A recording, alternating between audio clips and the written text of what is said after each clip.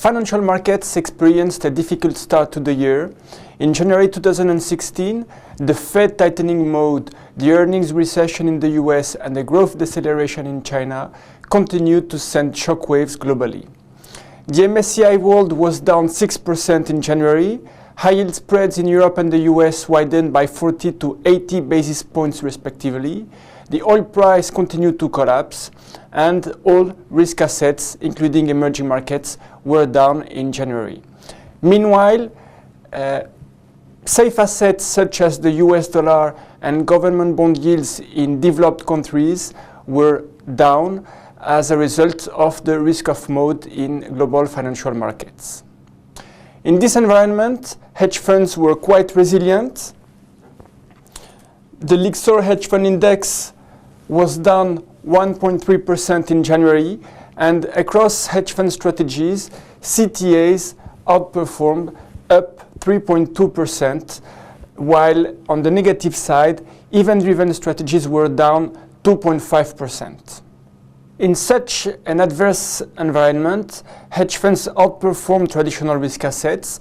Hedge funds cut their allocation across the board over the course of the Q4 2015 and arrived at the beginning of 2016 with a defensive allocation. The Lyxor hedge fund index was down 1.3% in January, while, as I said earlier, the MSCI World was down 6%.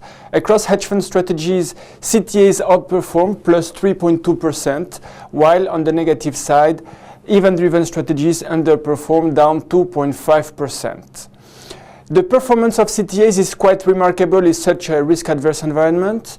That justifies their positioning in a portfolio, the fact that they provide diversification benefits, and their performance is related to the fact that they have cut their exposure to equities during the last quarter of last year. They are now close to 0% exposure to equities in net terms, while they have been short energy over the recent months, and that contributed to their gains as well.